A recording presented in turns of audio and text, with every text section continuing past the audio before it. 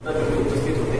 ते अशा प्रकारची एक वेबसाईट निर्माण करण्याचा त्यांचा प्लॅन चालला आहे आणि ती वेबसाईट होईलच, आम्ही करायला लावतो. आणि त्या वेबसाईटमध्ये ज्या ज्या काही शाळांच्या सुविधा आहे, हेल्थच्या सुविधा आहे, जेवणाच्या काही सुविधा आहे, म्हणजे ती सगळी माहिती दिली पाहिजे.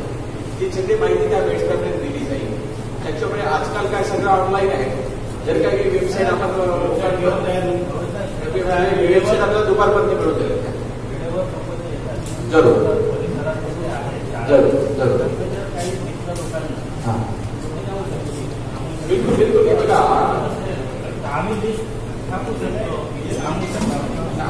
जिस तर पाठवतो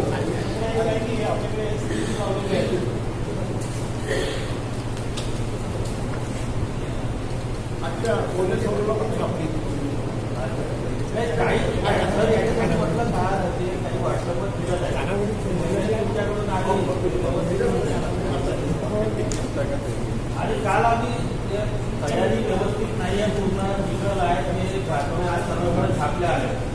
आता समिती तयारी पूर्ण झाली आहे का? समितीला काय वाटते तयारी? ते बघा, सगळ्यात पहिले भाऊ प्रशांत भाऊ, आनंद भाऊ, तर आपल्या बांधवांपैकी काही बांधव काहीतरी विचित्र प्रसार करताय. तुम्ही सत्यता पटकावून द्या. माझा पण सुरू असतो,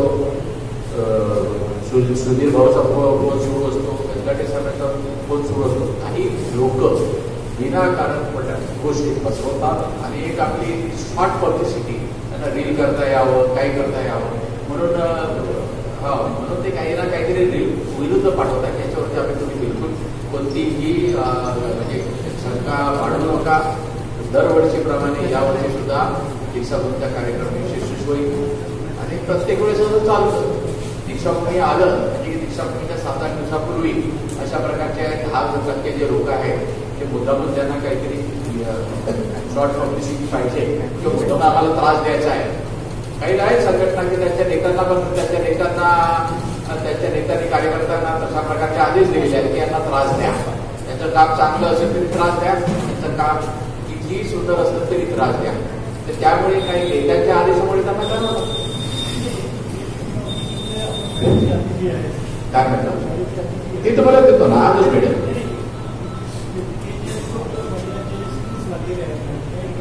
हा बरं ठीक आहे. आपली सूचना जाईल. आपण बिलकुल तशा प्रकारचा आम्ही तुम्हाला कळवू. आजच्या मीटिंगला अध्यक्ष साहेब उपस्थित नाही आहेत.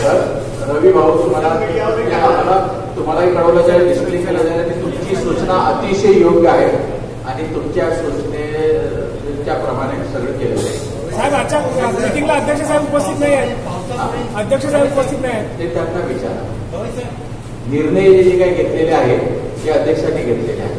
जे काही 1 मिनिट सारखं होतं त्याचं पुढचे होतं त्यांचा मुद्दा पण महत्वाचा आहे की अध्यक्ष का उपस्थित नाही आहे. काय अध्यक्षांना आम्ही विनंती केलेली आहे, मीटिंगला आले ते हा सगळे जे काही निर्णय अध्यक्षांनी घेतलेले आहेत आणि आम्हाला निर्णय मान्यच आहेत. आपण निर्णय घेतले त्याच्यामुळे अध्यक्ष का आले नाही हे आपण अध्यक्षांना विचारा. आपण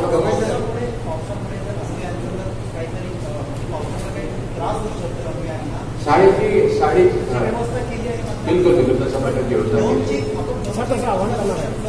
बरे आमचा प्रयत्न चाललेला आहे. सगळं काही चाललेलं आहे. याबाबत म्हणजे जितके आपण चिंतित आहोत त्यापेक्षा आम्ही चिंतित आहोत आणि आमच्यापेक्षा अधिकारी वर्ग चिंतित आहे. तशा प्रकारचं माझं जे विनाशचं काम पूर्ण झालेलं आहे. सगळे प्रयत्न सुरू आहेत. सर लाखो भीम अनुयायी आपल्या दीक्षाभूमीवर येणार आहे. सर, त्यांच्यासाठी राहण्याची व्यवस्था आपल्या जो अतिथीगृह आहे तो कमी पडतो. तर सर, तुम्ही कॉलेजची जे रूम्स आहेत ते ओपन केलेत का? ठीक आहे, थोडासा ठीक आहे. तो आता बघावं लागेल. प्रिन्सिपलशी बोलून तसं करता येईल. काय तो काय ना माझा हा वर्ष तुम्हाला ही मागं आहे म्हणून तुमचा भाव म्हणून हे वर्ष या वर्षी कदाचित खूप त्रास तुम्हाला होईल. परंतु जो सरकारने आपल्याला फंड दिलेला आहे तो या दीक्षाभूमीच्या नंतर या कार्यक्रमानंतर आम्ही वॉल वोटिंगवरती करून पुढच्या वर्षी हा प्रश्न कायमचा सॉल्व्ह झालेला असेल. आजूबाजूची सर पण यावर्षी सर आता गरज आहे ना सर आपल्याला आता गरज आहे सर. मी बोलतोय ना याबाबत काय मार्ग काढता येईल, कारण की स्वतः मी इथे प्राचार्य नाही आहे, इथे मी शिकवत नाही आहे. सुधीर याबद्दल तुम्हाला काय बोलता येईल? सर काय आहे की ही जी आपली कॉलेज आहे ही दीक्षाभूमीच्या परिसरामध्ये आहे आणि कॉलेजची भूमिका आहे की त्यांनी हे जे आपला कॉलेज आहे त्या 3 दिवसाकरिता बौद्ध बांधवांना द्यायला पाहिजे. एक कॉलेजची जिम्मेदारी असायला पाहिजे सर. ही दुसऱ्या ठिकाणी कॉलेज नाही आहे. विचार करू. लक्षात असेल की मागचे 2 वर्ष पाऊस आला तर कॉलेजच्या सर्व बिल्डिंग्स आपण ओपन केलेले आहोत. अशी जर कंडिशन आली तर कॉलेजच्या बिल्डिंग्स ओपन करू. सरांचं काय म्हणणं त्यांचं नाही हवामान खात्याचा जो अभ्यास झालेला आहे तो येऊ शकतो 100% नाही. आणि तशा प्रकारची स्थिती आहे सुधीर भाऊने सांगितल्याप्रमाणे उघडलं जाईल.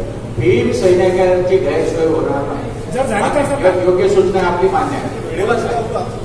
आता उडून ठेवायचा वेळेवर कशाला मग आम्ही त्याची व्यवस्था आतापासून सुरू करू. गवई साहेब माझा प्रश्न आहे की अद्यापही दर्जा दीक्षाभूमीला घोषित केलेला आहे परंतु मिळालेला नाही, म्हणजे अजून ते दर्जा मिळालेला नाही. यासाठी आम्ही काही अंतर्गत गोष्टी बोलू इच्छित नाही आहे. अध्यक्ष मला सहकार्य करत नाही आहे. अध्यक्षांना आपण भेटा की तुम्ही समितीला सहकार्य करा. लवकरात लवकर फक्त सुटतील इथपर्यंत की मला कोर्टात सुद्धा जावं लागत आहे. ते त्याला एक मिनिट त्याला मराठी वाचता येत नाही, त्याला इंग्लिश वाचता येत नाही. मी एकही चेक साईन केलेला नाही आहे सेक्रेटरी पासून. एकही चेक साईन केलेला नाही आहे. आणि ते साईन करतात आणि आम्ही त्यांना म्हटलं की आम्हाला दाखवतो तर ते दाखवत नाही. परंतु हा विषय सध्या पत्रकारांना आम्ही सांगतो की घेऊ नका, दर्जा मिळेल, पण हे आम्ही त्याच्या मागे लागलो. सर काही वर्षापासून दीक्षाभूमीचं जे सौंदर्यीकरणाचं काम रखडलेलं आहे त्यावर समितीने काही मी आपल्याला सांगितलं की आमचा एका व्यक्तीमुळे जो अंतर्गत वाद आहे तो मिटून नाही मिटू आणि दर्जा आणि फंड सगळा मागून. सर जो ताडपत्र्याचा आच्छादन जो आहे, ताडपत्र्याचे आच्छादन जो लागलेला आहे तो आता तरी दूर होईल का? जो ताडपत्र्यांचा आच्छादन जो आहे तिथं तो दूर होणार आहे. चालू झालेला आहे, तुम्ही जाऊन पहा.